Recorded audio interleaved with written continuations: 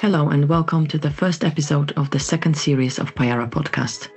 My name is Dominika Tesarz-Sochacka and I will be your host for this episode. We are kicking off 2025 with a new series dedicated to the Java community, which means that over the next couple of episodes, I will be talking to quite a few Java user group leaders representing JUGs all over the world. For this January episode, I had a great pleasure to talk to Mike and Barry from Garden State Java user group. Mike Redlich has been an active member within the Java community for the past 25 years. He founded the Garden State Java user group, formerly the Amateur Computer Group of New Jersey Java user group, in 2001, where he serves as one of the directors. Mike is a Java champion, InfoQ Java news editor, published book author, and a very active member of Payara community. Barry Burd has been a professor in the Department of Mathematics and Computer Science at Drury University in Madison, New Jersey, since 1980. When he's not lecturing, Barry leads training courses for professional programmers in business and industry. He has spoken at many industry conferences around the world and published several articles and books on Java. During our conversation, we explored the importance of Java user groups and their role in maintaining, supporting, and educating Java developers within their local communities. Mike and Barry shared what's coming to Garden State Java user group this year, what they are excited about that's coming, and the challenges that the user group is facing. We discussed the shift to hybrid and virtual-only JUG meetups, importance of networking, and keeping the local community engaged. We also talked about how Barry and Mike work with the local university and inspire their students to learn about Java and other languages, and much, much more. So if you want to know what else we talked about, stay with us and listen to this episode. Java User Group Spotlight, Garden State JUG with Mike Redlich and Barry Burd. Hi, hello Mike, hello Barry. It's great to have you on Payara podcast. Thank you. Good to be here. Yeah, likewise. Yes, thanks for having us. Great. So to put our conversation today in the right context, it's all about Java user groups. So this is the main reason why we're here today. And in your case, it's Garden State Java user group specifically.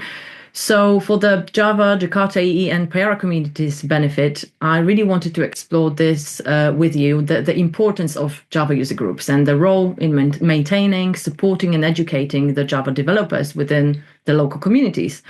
So both you, Mike and Barry, you've been working with your local Java user group for quite a while now. And can you tell us a little bit more about Garden State JUG and what's your role within it, and how did it all start for you? Mike, right, how about you? Want me to? Oh. Yeah, I'll go. So I'll start Mike that will one. start. No, the reason is the Garden State group started out as the ACGNJ Java user group in 2001. And at the time, it was part of the Amateur Computer Group of New Jersey, which is the ACGNJ. And we started out small. We started out pretty much under the radar. I modeled the group after the C++ group, where, for the most part, it was myself and others that would have some interesting source code to review, whether that was written by the person themselves or something they found in a journal or some kind, that kind of thing. So, but little by little, we started doing a little bit more. Then we started getting more external speakers. And we started to grow a little bit. And then in fast forward to 2020, Barry and myself and two others, Chandra Gunter and Paul Sayers, we worked over that summer to create our own nonprofit. And we separated from ACGNJ and went off on our own. And we, ever since, pretty much, we have a different speaker every month. We meet at Drury University in Madison, New Jersey. So it's a great place for students to come and attend our meetings. And so and then we've gotten a lot more involved in the Java community, being part of the microprofile working group, the Jakarta EE working group, Java in education. And, so yeah, it's been a wonderful ride. And I look forward to keeping going as long as possible. So. That sums it up. I joined the group when? 2003? 2003, yeah. Something like that, Yeah. right? And what was it? At one point, I think it was sometime in 2014. I was looking at the group's website and I saw that I was the co-leader of the group. I had not known that. Mike didn't tell me that I was. So Surprise! yeah, there we go. Surprise promotion. Right. Yeah. So just a quick background on that. There was a gentleman by the name of Paul Furbacker who was actually one of our advisors, and I think he started coming around before Barry did, and again modeling after modeling after that C++ group. The guy who ran that had a vice chair, so I'm like, all right. So Paul Furbacker was our vice chair, and then he moved to Boston. So I needed a new vice chair, and Barry was, the longest at the time. So it was just a natural fit. So natural progression, and it stayed like that ever since. Yeah. Yeah. Pretty much. Yeah, pretty much. And so yeah. So like I said, the four of us that are the co-directors, and we have two other folks that help us in leadership to contact speakers and help out at the meetings and things like that. Great. So we are now in quite a good position to look forward to the upcoming year, because we are in January 2025 now. So what are you most excited about for Garden State Java User Group that you already know that is coming this year? Barry, how about you? What do you think? Well, what's coming up in March is our student lightning talks. I'm excited because I'm the one who pulled the user group to Drew University. I'm a professor at Drew University. And Mike was looking around for another place to meet. And I just said, well, the university is a natural. I can get a space there. Finding space for user groups, if a user group doesn't have regular space, is a big, big, big, big job. And with my presence at the university, I can always pretty much guarantee that for every meeting we could meet in what is a pretty nice space at my university. So that takes one burden off of us. I'm not answering your question. I'm telling you about the university. But the point is that it's difficult for also for JUGs to connect with universities. And I'm proud to say that Garden State JUG has quite a bit of involvement from students. So, for example, every March we have some lightning talks from students. We have students regularly attending. I'm looking forward to enhancing that, getting more of it, having more involvement. I even tried to get our local high school involved, and I want to keep doing that this year. Oh, that sounds great. And Barry, what are the students? What are the courses that they're doing at the university? Is it usual computer science? What are they? Are they directly working with Java technologies, or is it a little bit more diverse? It's more diverse. Our curriculum, like many universities for computer science, starts with Python and then goes on to Java for object-oriented programming. And then after that, our university is more or less language agnostic, meaning whatever is best for a particular course. And in fact, when they get to our software engineering courses, our project-based courses, every student on every project is using whatever tools, whatever languages best suit the project. So are we a Java shop in that sense? Not quite. We are, though, what you'd call a liberal arts college, and that separates us from a lot of other institutions that you may be talking to if you are talking to others. We aren't a technology place. We're an understand the principles type place. We've been that way for years and years, and we'll stay that way for a while. It's working, yeah. Yep. So, Mike, what are you most excited about for Garden State JUG in 2025? Yeah, we have the first 4 months already booked with speakers, and we've been trying to reach out to some other folks, like Elliot Rusty Harrells, for example. He visited with our group in the past, and so yeah, it's sometimes speakers they come to us. So, for example, Andre Almaray will be at DevNexus, and he's extended his U.S. stay, and he will be presenting in March, right after the one with the lightning talk. So, but yeah, it's I think topics I want to continue with Jakarta EE. We haven't done anything with AI just yet, and I think that's an area we should perhaps focus on getting some speakers to speak. Although I take that back, I think we had Michael Pelder back in September. Frank That's right. That was Vizrek. Was another that AI? But yeah. All right. So so I just look forward to continuing to to just get the best speakers possible, because nobody wants to hear me talk, right? And I don't know about that, Mike. So no, in any event, yeah, it's I think we should just keep an eye on what the trends are, and just move forward with that, and go into conferences, being part of the Java User Group Summit at DevNexus. Both Barry and I are Java champions, so we attend those summits as well, and so that's what I'm looking forward to this year. Yeah, and I want to add, it seems to be no problem finding speakers, and that's a surprise to me. That people are really willing, people in the community, Java champions and others, Java luminaries, Java people, are very much willing to come and speak to our group. And that's in spite of the fact that we don't have stadium-sized crowds attending our meetings. It just seems as if people are, there's no shortage of people who are willing to speak and interested in coming and talking to us. And for instance, the fact that we are now booked with speakers until, April? Through April, yeah.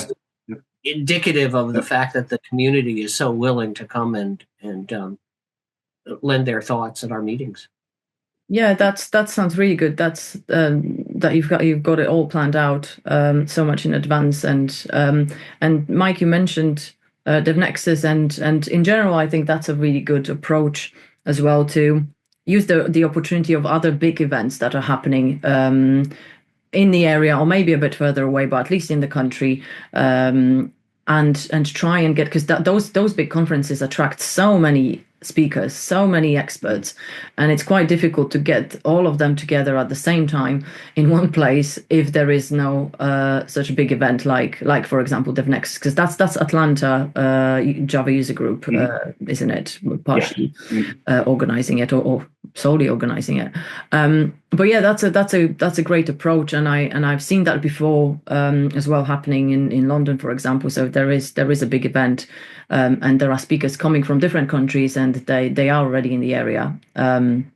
We can try and inviting them, and as you said, Barry, it looks like the Java champions, the Java speakers, the experts are quite happy to get involved, which is great to hear. Yeah, it's something that I was worried about, because I remember going to user groups in the past that had meetings, and I haven't seen them since COVID, user group meetings that had 100 people at them. And we just don't attract that kind of crowd in northern central New Jersey. So when we first started getting well-known speakers, I was kind of thinking, no, we've got to make the crowd look bigger. We've got to, rent people or whatever to make them feel as if it's showing up. And yet we don't. We typically have 20, 30 people at a meeting, 20, let's say. Yeah. And yet these VIPs in the Java world are willing to visit and revisit and then revisit again, which is just great. Yeah. But it's 2030 is yeah, of course it's not the same as 100 plus, which you often get at those big conferences. But when you actually go to some of the industry events that are more than just Java user groups, there's those big conferences, you do get 10, 15 people in the room sometimes for a big speaker talk, because that's just how it is. So I don't think those numbers are indicative. I think at the end of the day, there is interest, and we're also talking about quite often about very, very specific and very niche topics that it will be difficult, especially for face-to-face events, to get the room full of people, even for the best speaker in that topic, because sometimes there's just not enough interest in that specific area. But talking about that, do you do hybrid events? Are your events broadcasted online as well as face to face, or is it sometimes yes, sometimes it's just face to face, sometimes it's just virtual? What is your approach these days? Yeah. So we do. Excuse me. We do Zoom and broadcast to YouTube and record. But there are exceptions to that. Sometimes the speaker requests not to be recorded for whatever their reasons are, and so we honor that. So we do have attendees coming from different parts of the world or different parts of the country, so they can at least participate in some way. And then the website has all those links to those recordings on YouTube. We felt as if that to maintain that, having those folks, we didn't want to alienate them because they were participating when we were fully virtual. So that's, and it's, and Barry's the AV master that, he comes with all the equipment and set things up and, has all that. So that's, but yeah, he makes it look easy, right? So if I had to do it, then forget it. It wouldn't happen. So, but in any event, yeah, we feel it's important to include folks from outside the area, because one of the challenges at the beginning, our location is suburbia, and like when you talk about New York Java SIG or the Philly JUG, they're in the city. Folks might come right from work to the venue to attend the talk, where maybe not so much in suburbia. People work in New Jersey. They work. A lot of folks work in New York and whatnot. At least one of the saving graces is that the New Jersey Transit has a train stop in Madison, 5 minutes away from the university. So it's great for speakers who come to New York, and then they'll take the train out and visit with us and all that. So that's been a big help. Yeah, and I think that's one of the things that I meant when saying it's really difficult sometimes to get more than 20 people, because it really does depend on your location. And but on that note as well, have you noticed that was there a big shift before COVID and now in regards to face-to-face events and the amounts of people that actually attend physically on the face-to-face event? I hear that in Europe, there are as many people attending face-to-face events now as there were before COVID, but that in the US, where we are, that COVID undid somehow the face-to-face meetings in a lot of groups. Our group might be an exception because we've been revving up since we broke away from ACG&J in 2020. I think, if anything, we have more attendance now than we used to. But for many, many, many user groups, I think, at least in the US, COVID has made it people more apt to stay home and watch a YouTube presentation afterwards. Now, you're in Europe. I don't know, maybe you can... I'll turn the tables around and ask you, what's the attendance at user groups in your area? So I would have to, we'll have to look into it a little bit more as well, because I haven't really been involved much face to face myself in those Java user groups. I myself switched a lot to virtual, and one of the reasons is the closest Java user group for me is in London, and that's 2.5 hours away. And the last time I was trying to get there, the trains were cancelled, so I couldn't get there, which was a real shame. That was back in November, so 2 months ago. So I missed that opportunity. But yeah, the having a chance to take part virtually is sometimes the only way. But again, I might be in a quite specific location as well. I'm just going to say the whole hybrid versus in-person thing has been a question on my mind since COVID, because if you don't broadcast, live stream your meetings, then it may encourage some people to show up because the meeting isn't available unless they do show, which is a plus. On the other hand, the world can't see your meetings if it's just all in person. So there's a trade-off to be done there. We have a lot of traffic after the fact. We have a lot of people watching our meetings after we've live streamed it.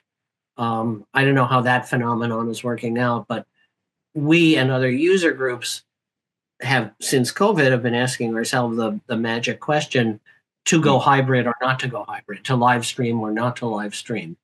And I think it's something that's going to take a couple of years more, even beyond what we've gone since COVID, to flesh out and settle down. Yeah.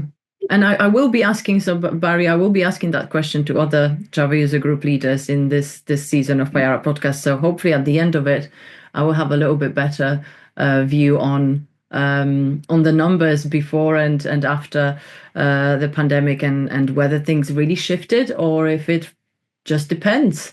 Because I think it does depend, but that's just my thinking from what I know so far. But I'm going to be asking that question specifically to all the other JUG leaders that I will be speaking to in the next few months. So I'm really looking forward to finding out if there is. Can I jump in and chat with one other idea here? One of the things that concerns me is, in a world where every meeting is live streamed, or so many meetings are live streamed, my thought when I see a particular topic at a meeting that I want to go to is, did that speaker already put their meeting on YouTube? So I'm a little bit worried about the globalization of these meetings, the fact that they're all going to be, cast in stone, cast in photons, or whatever it is that they're cast in on permanent media. Are we going to lose attendees because they know that meeting content is available elsewhere? Because everybody is broadcasting, everybody is live streaming their meetings. Again, take a couple of years for that story to settle and get more information about it. Absolutely, yeah. But I think there's a lot more to that than just the presentation, isn't it? It's if you do go to the face-to-face event, and absolutely. And it depends again on every user group, but from my own experience, the whole idea about running that was the JBoss user group where I was involved in London. I was running that group for a couple of years back in 2010s. We always had networking. We always had pizza and beer or soft drinks. We always encouraged people to talk to the speaker after. So we would hang around for at least an hour after the presentation, and people did stay. People did stay to chat and network and eat and drink. We did have the benefit of being in central London, so that made a big difference, because people, like you said, Barry, people just after work, straight after work, they just instead of going back home, they would come to the Java user group meetup, and that was much easier in that sense. But even if it was 10 people or if it was 30 people, everyone just hung around and stayed for the social and community side of the event. So I would say that the talk would be just half of it, and the other half was the community and networking. So I don't know, Mike, how does that look like in the case of Garden State JUG? What else do you normally do other than the usual speaking engagements? We do provide pizza and soft drinks. We haven't gotten there with the beer yet, but that's probably shouldn't do that. But no, we what you just mentioned about the social aspect, we had our meeting this past Tuesday, and I think we were there a good half hour, 45 minutes after the speaker finished, and it's just a lot of networking, and just getting to know each other and talking about X, Y, and Z, and it's quite good. And I think this happens at every meeting, So for me, I have a 45-minute ride home after the meetings, so I try to limit how long I stay. But yeah, it's I think it's and the students too. We've had some memorable students that have they've really engaged. They stick around. They talk to you afterwards. They've been involved in the lightning talks, and that's good to see. The fact that we have pizza and soft drink, I think, helps for everybody, not just the students. But and I think that being part of Java in education is a good thing, and especially since it's a concern among the Java community about getting younger developers involved, as opposed to that new shiny stone over there called Python. So I think that's something that we like to do. Yeah, and pizzas definitely encourage people to join, so that you won't get that on an online event. That's definitely a plus. But next, I wanted to talk about the subject that we did explore in some more details during the JUG Spotlight panel that we did at the last virtual Payara conference. So you, Mike, took part in that panel discussion. We had Mary from Chicago JUG, we had Simone from JUG Torino, we had Reza from Philly JUG. And for this area, I think Garden State JUG is in a very special position because you are working with students. But what are the challenges that you foresee for Java user groups, particularly in attracting and engaging younger developers? So how can JUGs evolve to remain relevant?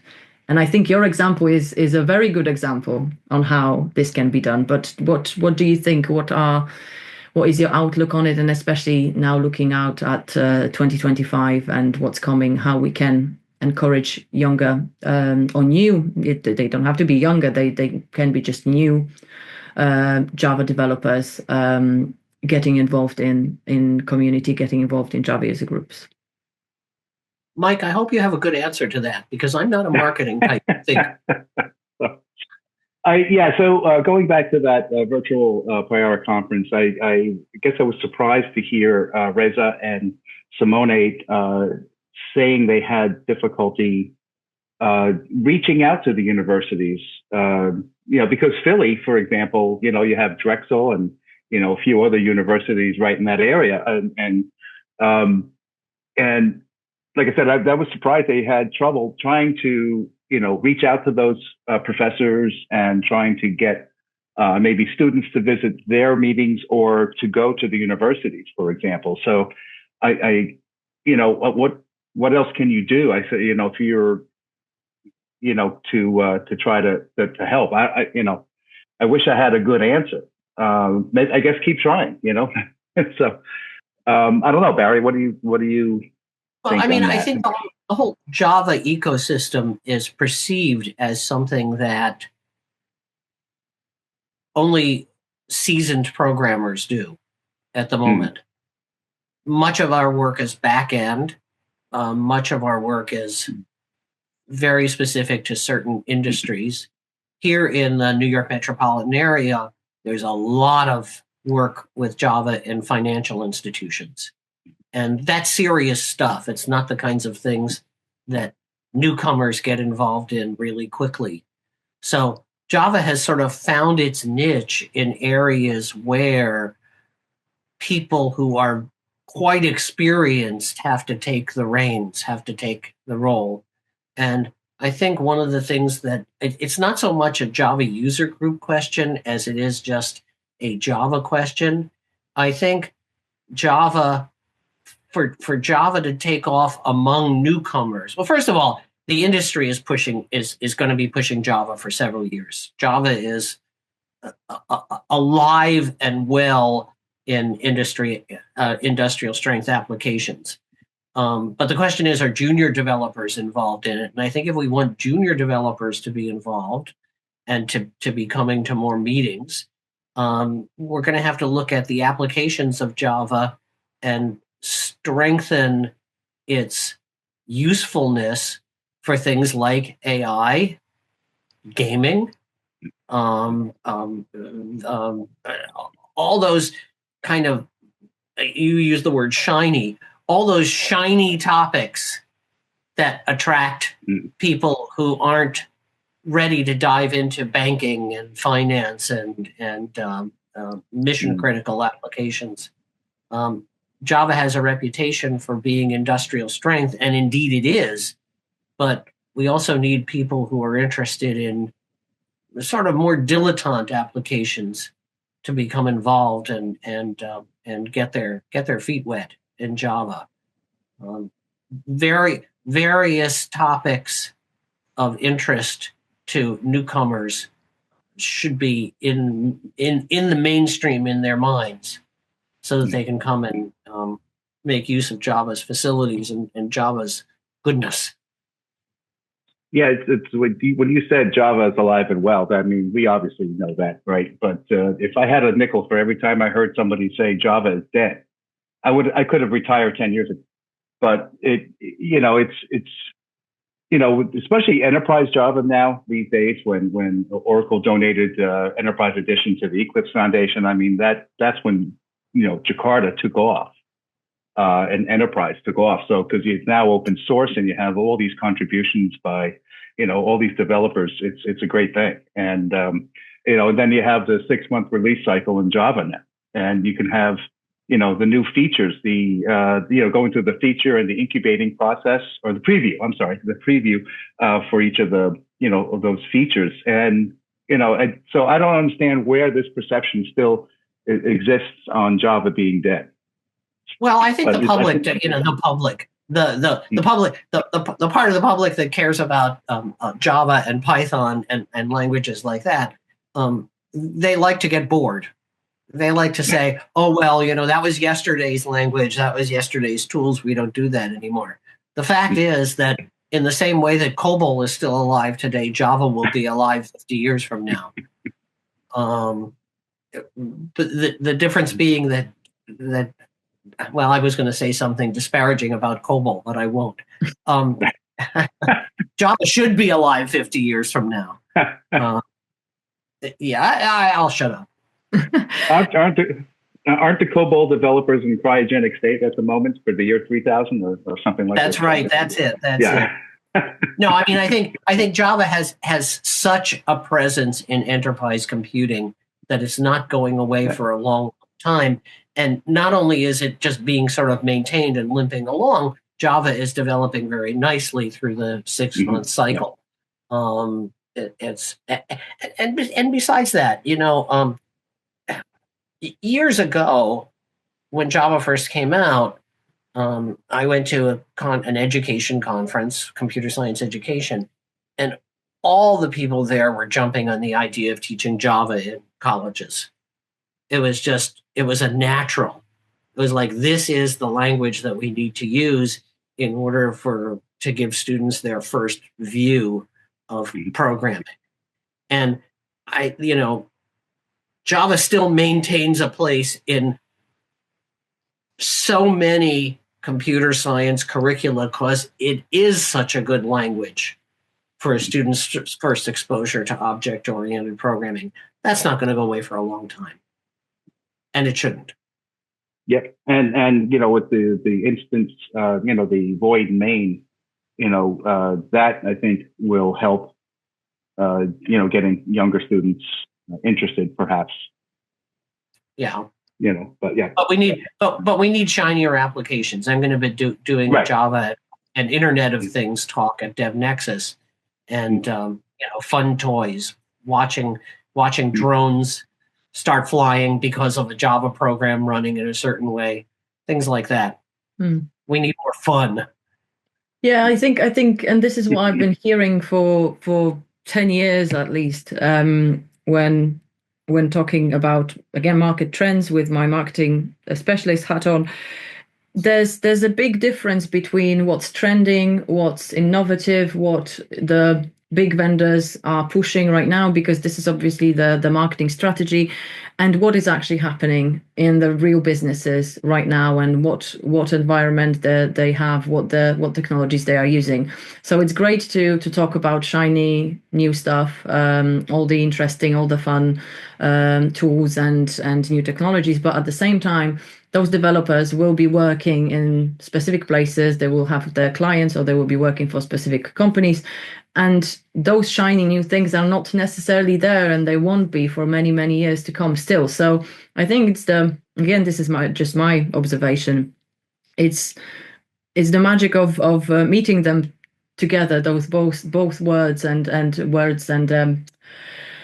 attracting people with the shiny new sexy stuff, but at the same time using it for the enterprise level, mission critical monolith application, because that's where the jobs are at the moment as well. So yeah, it's a tough thing, but that's what happens at the conferences, for example. And you've mentioned that there's a lot of the talks that are now accepted these days for conferences are the ones that marry two together. So you have the application for the enterprise environment, but using AI, using microservices, which are now becoming an old thing pretty much, because they've been around for a couple of years. So 5 years is already old, right? Although so many businesses are still not even close to adopting them.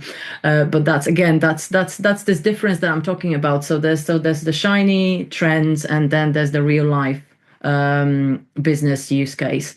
And I think it's understanding that, especially if someone is new into the industry and they're just starting as a junior developer, being realistic, but also having fun and actually keeping their interest in the technology. So, but it's been I've seen this for many, many years now, and it's always been the case.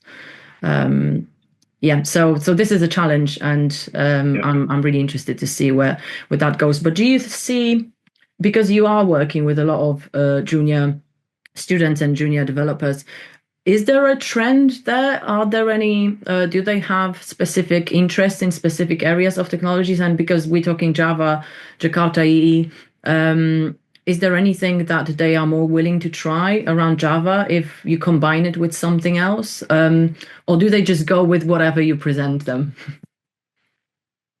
Boy, that's a good question. We have huge programs in cybersecurity and data science. We don't have a huge program in AI. I think we would attract a lot of people with that. But I don't know. Cybersecurity is attracting a lot of our students. Data science is certainly pulling people in. Maybe there are other topics that we just don't happen to have, that if we had them in our curriculum, it would attract lots of students. The thing with AI is everybody's excited about it, but the field is also very crowded. For instance, one of the strategies for getting a talk accepted at a conference is to include the words AI in it, or those two letters. Yeah. And yet, one of the problems is that everybody else has the same strategy, so that when you do include AI in your talk proposal, you're competing against just about every other person who gave a proposal at a conference. So are there specific things right now that are hot? Yes. Are they going to stay hot? Well, AI is going to be around for a long, long, long time, but it's not the gold mine, the gold rush that some people perceive, because so many people are interested in dipping their hands in it. Have I answered your question, or have I just chattered? I'm not sure. I'm not sure either, but but I'm happy with your answer. Okay, all right. It's we're exploring. I'm just throwing things out there. But yeah, I think AI, we can have a separate conversation about just about that. But it's a good example. It's a good example of a new shiny thing that media is talking about beyond actual niche of programming or Java development. It's big anyway for anyone. But I think it's where the jobs are as well. And what you mentioned cybersecurity. I think one of the reasons might be because that's where a lot of jobs are created these days. This is a big thing for businesses. They are developing that area of their operations, and there's a lot of interest in Java developers in that area. So I think that might be one of the reasons. We used to think in education that if we offered gaming courses, creating computer games, that it would attract students like crazy. And indeed, they are interested in gaming. They're certainly interested in playing games. But what we found was that when it came to the nitty gritty of actually programming games, some people are good at that, and other people who are think that gaming programming would be heaven are turned off by it. So there's this underlying notion that if you try to attract students with gaming, you're going to get a big payoff. And that's been going on for years. That's been an undercurrent for a long time. Turns out that, writing games is hard. And some people, we've never gotten a gaming program off the ground, and there are many other institutions that have tried and failed also. Interesting. Yeah, and again, it's one of the things that might be interesting because you are a gamer or you play games yourself, but it's a completely different story to actually build them, even if you are a Java developer. Exactly. Yeah. Or developer or engineer. Yeah. So this is something we need to wait and see. But trends are always there, and again, as a marketer, I'm also sort of looking at it from a slightly different perspective and knowing that a lot of it are trends, but it doesn't necessarily mean that they will stick, or it doesn't necessarily mean that they will be relevant in real life scenarios for many, many years to come. So looking beyond just Garden State Java user group, what do you think will be the biggest trends in the Java ecosystem in the upcoming year? So any new tools or frameworks that emerge, which ones do you predict will gain significant traction in 2025, or which ones you would want to for them to gain significant traction? Mike, what do you think? Yeah, that's a hard one as far as frameworks. There's so many out there. They all have their pros and cons. Some are more unique than others, but they've been around a while. We would talk about, Payara, all the Jakarta EE compliant vendors. And, you have Heladon, Micronaut, all that. But we talked about AI quite a bit. I think there'll be more development in that. What else? We talked about security. I didn't know, Barry, that you guys had security courses there. Maybe we can have somebody talk about Jakarta security or Spring security or one of those, that type thing. So I think that's something we could, focus on getting somebody to speak on it. What else? We're constantly talking about the language every meeting. Talk about the upcoming JDK. Obviously, JDK 24 is coming out in 2 months. And then, I keep monitoring what's going on. We're hoping to see some of the features being targeted for JDK 25, which is the next long-term release. There's a lot. I think that's the thing. And trying to, pick on something. And I suppose we should focus on all of them, and, what they can offer developers so they can pick and choose what works for them. Years ago, when I was a younger man, somebody told me you choose a language based on what your application needs to do. So sometimes Java is better, sometimes C++ is better, and then of course now we have Python in the mix. So I'd like to use that same thought for the frameworks out there. What do you need to do, right? So I don't know. That's just a long-winded way of saying I'm not sure. It's not an easy question because it's also we don't necessarily know what's coming. All the things that we do know what's coming, and again, there's personal applications and personal favorites, but this is also why I'm asking it if there's anything specific. And of course, Mike, you're quite deep in the Jakarta EE world, and luckily Payara as well, which we're really happy to have you as sort of our evangelist here and there, which is great. But it is very niche, and I'm not expecting a lot of Java user groups to actually have a lot of Jakarta EE users. If anything, there might be more Java EE users still, and we're still working on this with Jakarta, with Eclipse Foundation, to educate Java EE users that it's time to move to Jakarta namespace now, if not a month ago or a year ago. But being realistic, it's not necessarily a big trend, or you have to be in this specific niche to be interested in it. But for us, it's definitely the Jakarta 11 and a lot of things around Payara Cloud. But again, those are very specific. And I don't know, Barry, have you got any of your own predictions or any of your own favorites? I don't. If I predict something, it usually won't happen. So I'm going to keep my mouth shut on this one. Unless you want to mention something that you really don't want to happen. No, not in particular. I pass. No comment. We'll be on the record, so yeah, have to be careful. There you go. So actually, I just thought of something real quick, and I think the interaction between microprofile specs and Jakarta EE specs, I've had my own opinions, which I'll keep to myself on some of the things that have been happening with that.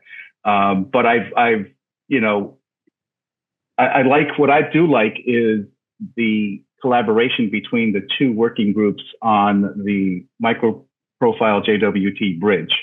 I've been following along with that. I'm working on a sort of a comprehensive app to demonstrate.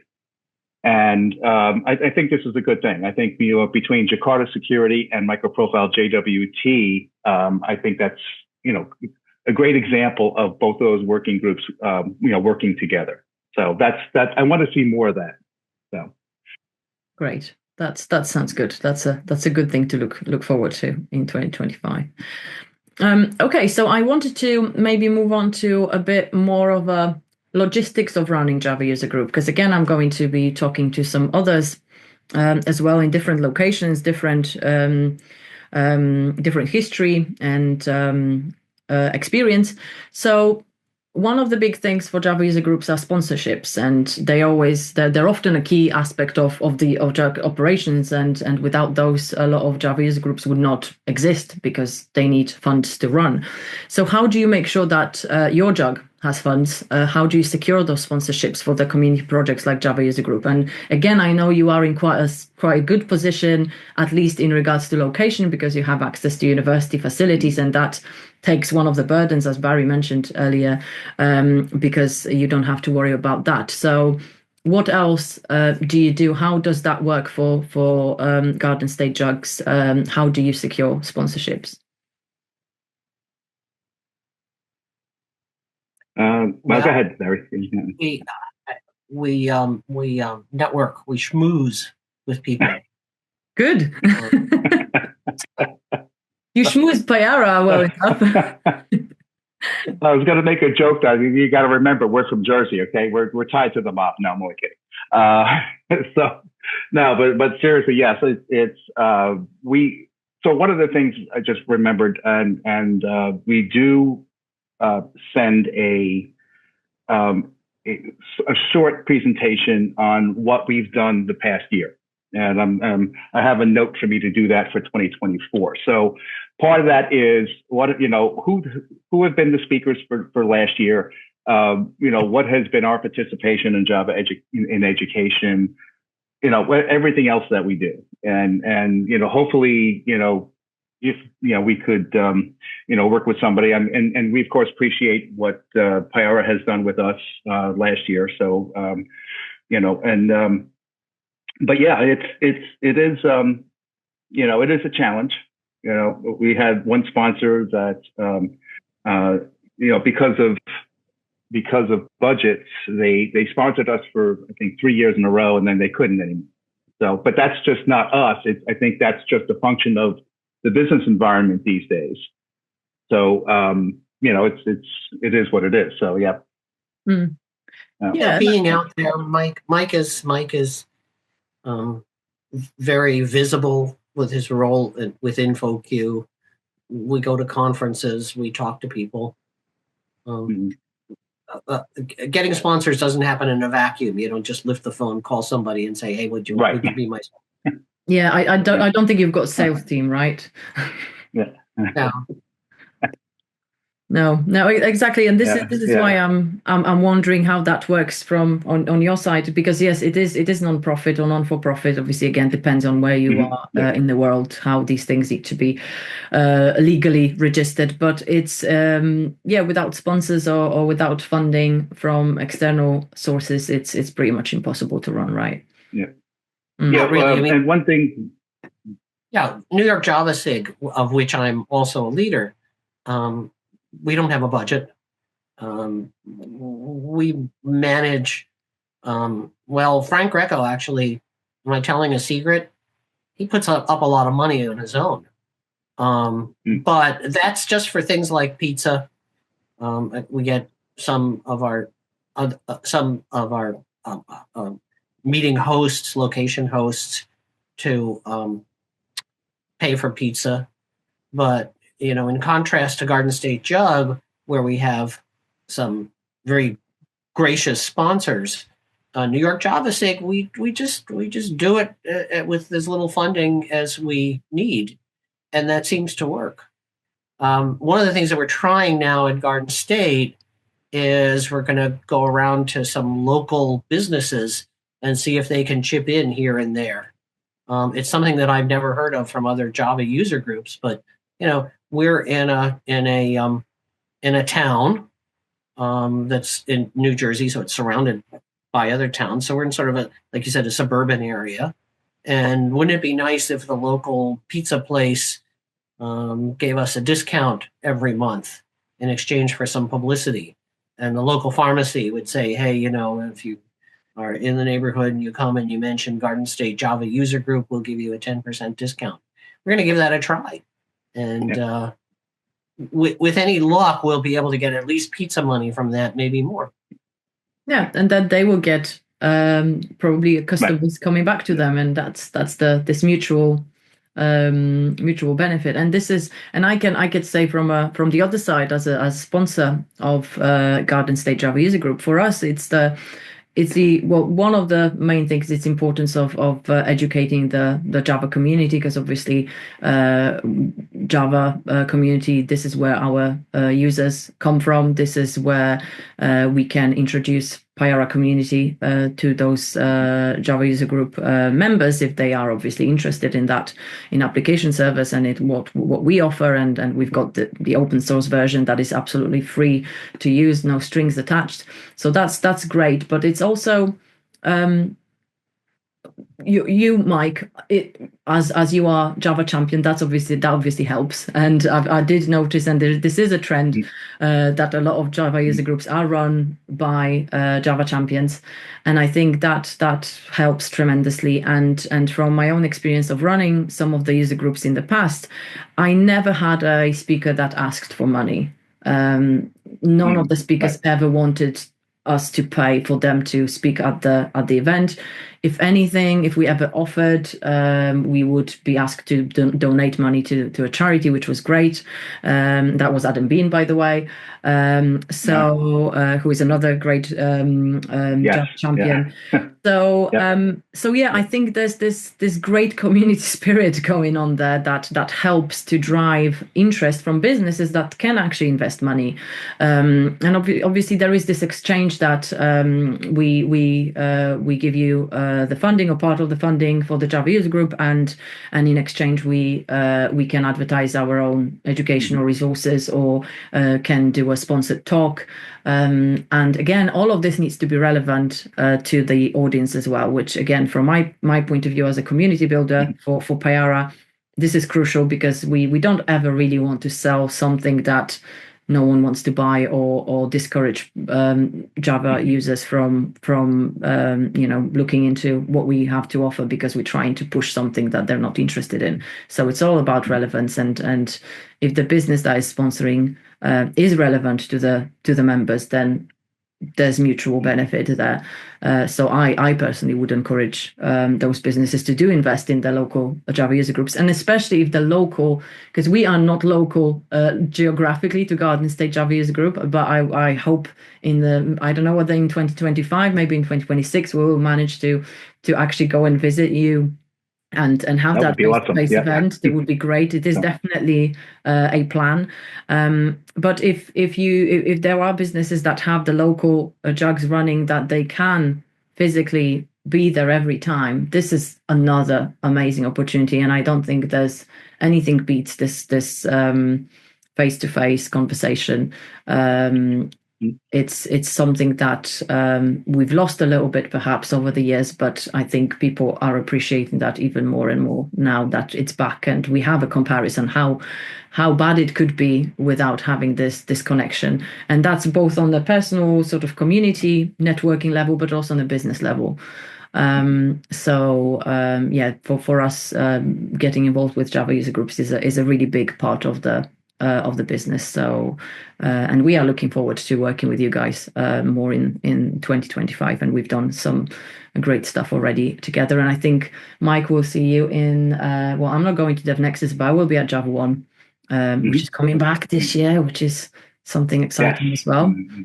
Absolutely, yeah. I think Barry and I will be at both, right? We will be at both Java 1 and DevNexus. So yeah, we look forward to. Some of the other folks from Payara will be at DevNexus too. Quite a few. And a quick story I thought was kind of interesting, because I never expected it. About 4 years ago, it was during the pandemic, and I went to my local grocery store, and I was wearing my older Payara shirt, and walking around, and this guy stops me and says, "Hey, we use that." Really? And I think it was a local police station. I forget which one at the time. I think they used Payara for their applications. He didn't get into what it was, but he knew the name. I thought that was pretty cool. That's amazing, especially considering it was in a grocery store, not in the Java conference, right? Because that's what I would expect those conversations to happen. I mean, half the time we wear these shirts, because we're proud to wear them, whether it's the Payara shirt or Jakarta EE or our Java champion shirts for that matter, right? And I think Barry mentioned this once. He goes, the general public really doesn't care. So. But I mean, he's right. He's absolutely right. And they probably look at your shirt and say, "What the heck is that?" Right? There's what's that? You're wearing that shirt. You must be a nerd. Well, of course, yeah. And I'll take that as a compliment. Exactly, but if they even recognize it in the first place as something nerdy, yes, it may just be a. But anyway. Yeah. I thought you'd appreciate that story. Yeah. Oh yes, definitely. That's an awesome story. Amazing. I'll spread the word. I think I even sent an email with Steve Millage when after that, when I got home, I think I sent it right away. Need to share the story. Well, I had a similar story at the airport, so maybe a little bit different, because airports do attract a lot of people from different locations. But I did see someone with a Payara sticker on the suitcase. But the person, before I noticed, the person was already going away, so I didn't get a chance to catch them. But again, I had no idea who that was, and I wasn't even traveling for work at that point. It was during the summer holiday. So again, really, really nice thing to see, especially considering the niche we're in and how huge the world is. So that was a nice thing to experience. So I think in regards to sponsorships and just to sort of circle back, one of the biggest things that I found was the biggest burden financially was location. So I think as soon as we could secure the location or have like this regular location, even paid, so not necessarily donated to us, but somewhere where we could always meet in the same place. So there was this longevity, this security. It's always in the same place. If someone wants to travel there from work, they always know this is the same, I don't know, tube stop, or in case of London, for example. That really, really helped us, just having this stable location where we would always meet every month. And that took a lot of burden away. And if that could be funded by a sponsor, so sponsors don't necessarily have to give you money, they can give you access to their offices. And again, something that a lot of big companies do in those big cities, that they already have offices there, then why not lend them to a local Java user group in the evening once a month? It seems like a great way to help.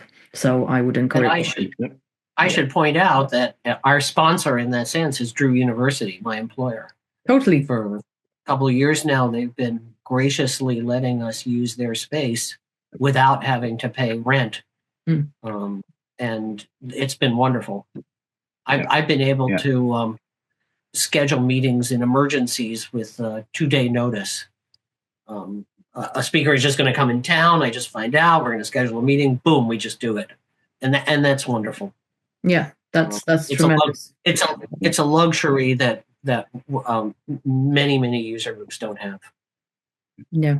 Yeah, and one of the things that I think is important is that the Java user group pursue getting the nonprofit and the tax exempt status, because that was important to one of our previous sponsors.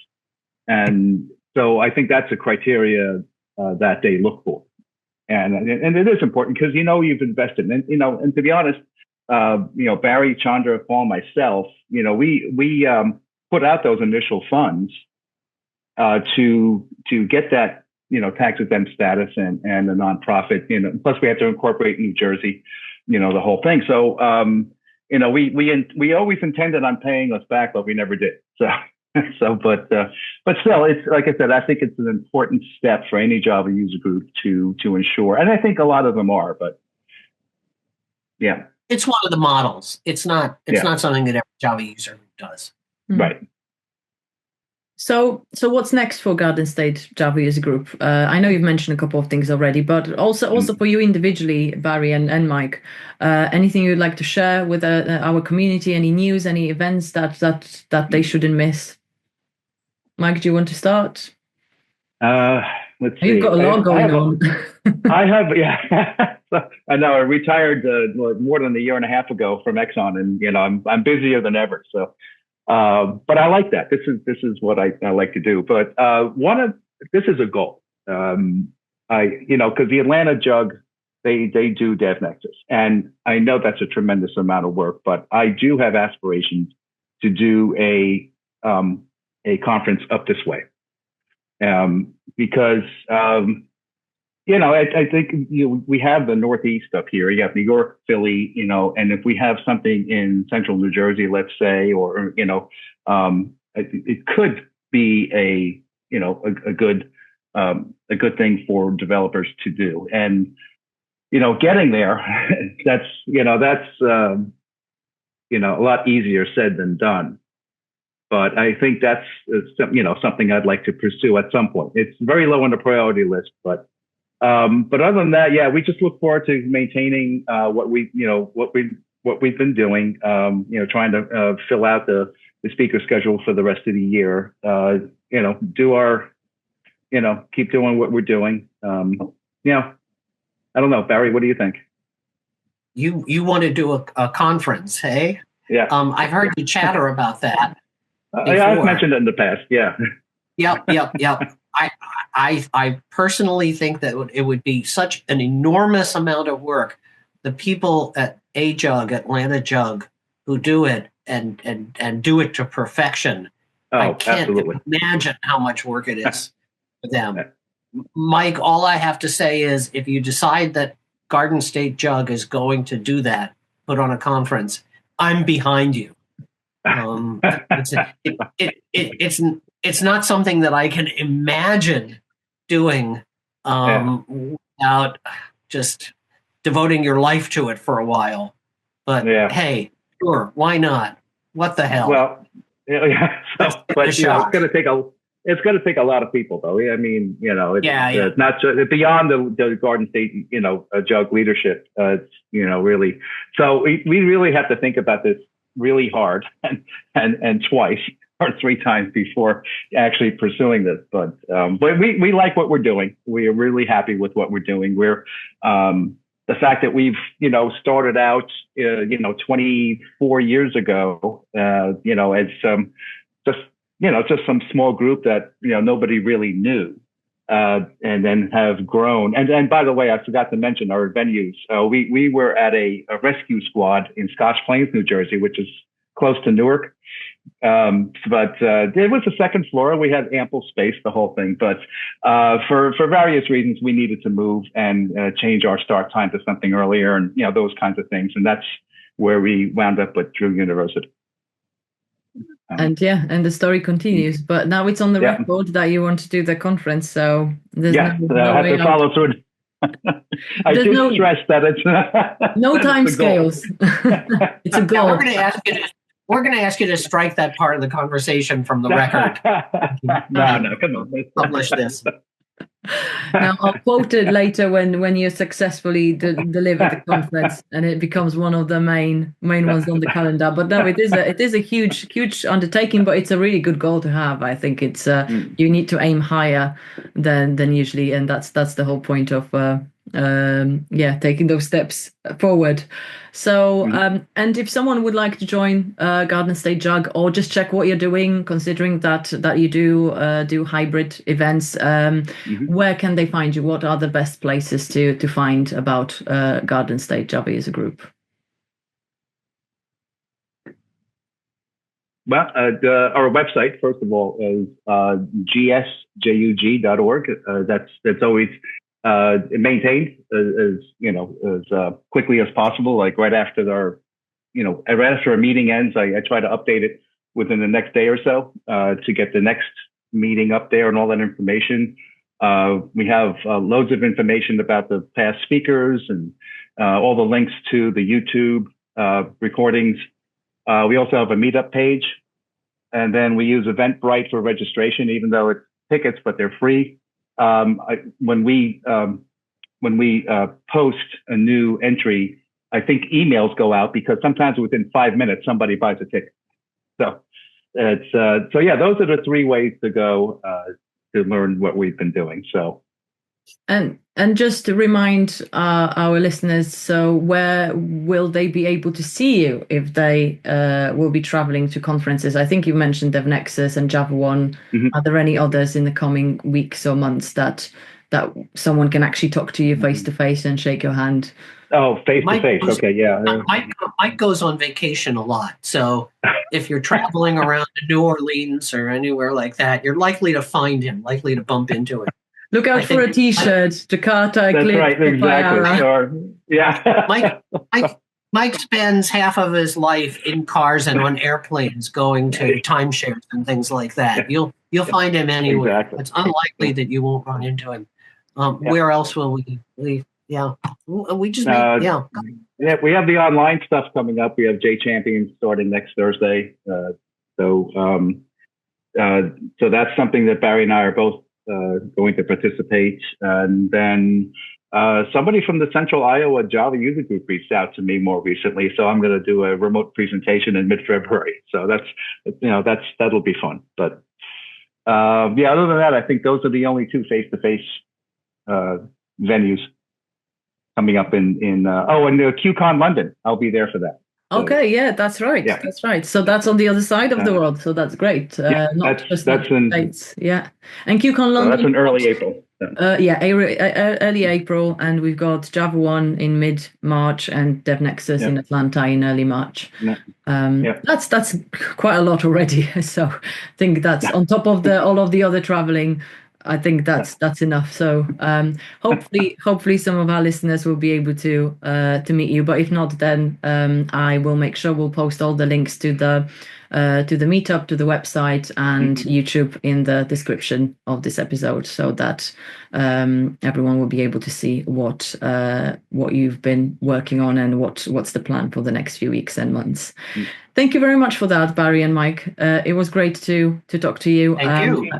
I've got a lot of ideas about other conversations we can have, and I'm really looking forward to gathering all the information from other Java user groups and putting it all together. So I think maybe at the end of this year we can get together again and see what happened since this conversation, and maybe we'll come up with an overall big plan on how to make sure that all Java user groups thrive and attract more and more new members, because we need that, and you guys do an amazing job. So thank you for that on behalf. Appreciate that. Java community. It's this was an absolute pleasure. I appreciate you having both Barry and myself on today, and So like I said, we look forward to meeting more of the Payara folks. I met Luis Neto last year, and I think I'll meet some more of the other folks in person coming up in the next few months. So look forward to that. Absolutely. All right. Thank you very much, Mike. Thank you very much, Barry. And I hope to speak to you soon.